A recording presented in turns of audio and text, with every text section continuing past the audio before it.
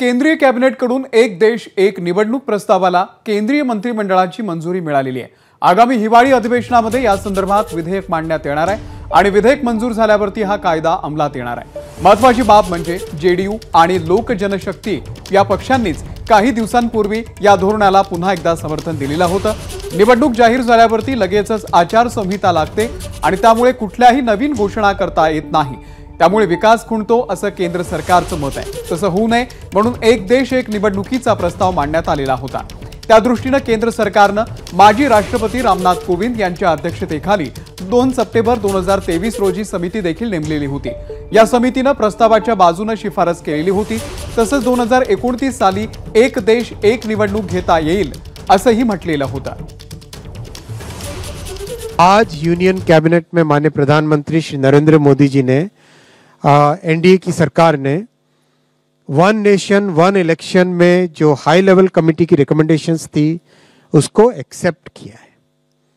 High level committee recommendations on one nation one election on simultaneous elections,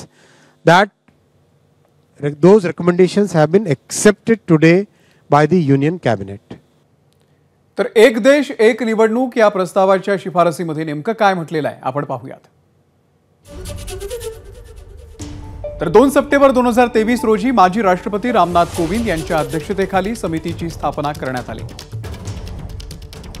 191 दिवसांच्या अभ्यासानंतर 18,626 पानांचा अहवाल राष्ट्रपती द्रौपदी मुर्मू यांच्याकडे सादर करण्यात आला।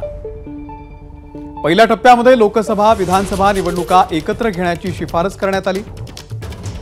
त्यानंतर 100 दिवसांच्या आत स्थानिक स्वराज्य संस्थांच्या निवडणुका घेण्याची शिफारस करण्यात आली। त्रिशंकू परिस्थिती किंवा अविश्वास प्रस्तावासारख्या परिस्थितीमध्ये पुन्हा निवडणुका घेतल्या जाऊ शकतात। लोकसभेच्या निवडणुका नव्याने झाल्यास त्या आधीच्या लोकसभेच्या उर्वरित काळासाठीच असतील।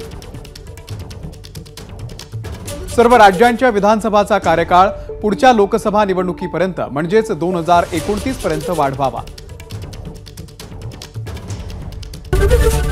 एबीपी माझा, उघडा डोळे बघा नीट।